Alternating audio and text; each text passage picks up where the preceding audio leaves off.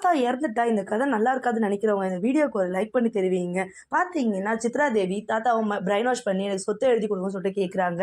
அதனால பார்த்தீங்கன்னா அட்வொகேட்டை வர சொல்லி சொத்து எல்லாமே அவங்க பேரில் தாத்தா எழுதிட்டு வந்து டேபிளில் வைக்கிறாரு. எல்லாரையுமே வீட்டுக்கு வர சொல்றாரு.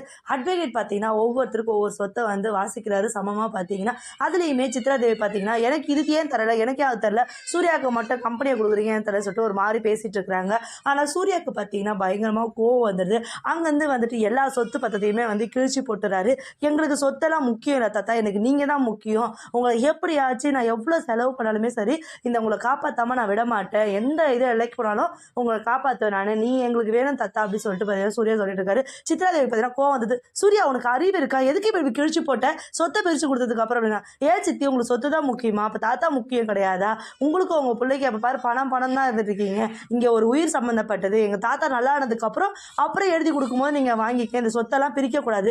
தாத்தா கஷ்டப்பட்டு சின்ன வயசுலேருந்து இதை உருவாக்கின ராஜ்யம் இது, அந்த ராஜ்யத்தை நான் உடைக்க விட மாட்டேன் யாராலுமே அப்படின்னு சொல்லிட்டு சொல்லிடுறாரு. சித்ராதேவி கௌதம் பயங்கர கோவம். இந்த சூர்யா இருக்கிற வரைக்கும் இந்த சொத்தையும் பிரிக்க விட மாட்டேன்னா நமக்கு எதுவுமே தர மாட்டேன்றான். இந்த வீட்டில் நம்ம ஒரு செல்லா காசு மாதிரி வாழ்ந்துட்டு இருக்கிறோம் அப்படின்னு சொல்லிட்டு சித்ராதேவி கோவப்படுறாங்க.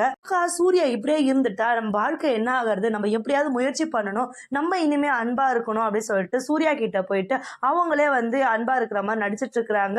என்னத்துக்கு இப்ப நடிச்சிட்டு இருக்கேன் இந்த மாதிரி அப்படின்னு சொல்லிட்டு, தாத்தாக்காக நீங்க இவ்வளவு நாள் நடிச்சீங்கல்ல, இப்ப நான் தாத்தாக்காக நானும் நடிக்கிறேன் அப்படின்னு சொல்லிட்டு என்ன பண்ணாங்கன்னா டேபிள்ல சாப்பாடு போட்டுட்டு இருக்காங்க. அதனால சூர்யா பார்த்தீங்கன்னா எல்லாருக்குமே வைக்கிறாங்க. ஆனால் சூர்யாவுக்கு மட்டும் வைக்கவே இல்லை. சூர்யா தானா கூப்பிட்டு நீ மட்டும் தான் நடிப்பியா, எனக்கு நடிக்க தெரியாதா, தோபர் மகா வந்து சாப்பாடு வைமா அப்படின்னு சொல்லிட்டு ஒரு மாதிரி பேசிட்டு இருக்காரு.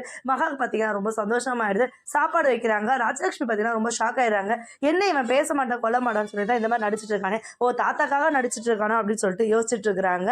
மகா பார்த்தீங்கன்னா சாப்பாடு எடுத்து வைக்கிறாங்க. போதும் போதும் மகா, நல்லா இருக்கு டேஸ்டா இருக்கு, இன்னைக்கு யார் செஞ்சா அப்படின்னு, உன் ஒய்ஃப் தாப்பா செஞ்சான்னு சொல்லிட்டு எல்லாமே கிண்டல் பண்ணிட்டு இருக்காங்க. தாத்தாவும் பாட்டியும் பார்த்தீங்கன்னா இதை நினைச்சு சந்தோஷப்படுறாங்க. கூடிய சீக்கிரம் உங்களுக்கு ஒரு வாரிசு வந்துட்டா நல்லா இருக்கும் அப்படின்னு சொல்லிட்டு புரிஞ்சுக்கிட்டு நடக்கணும்னு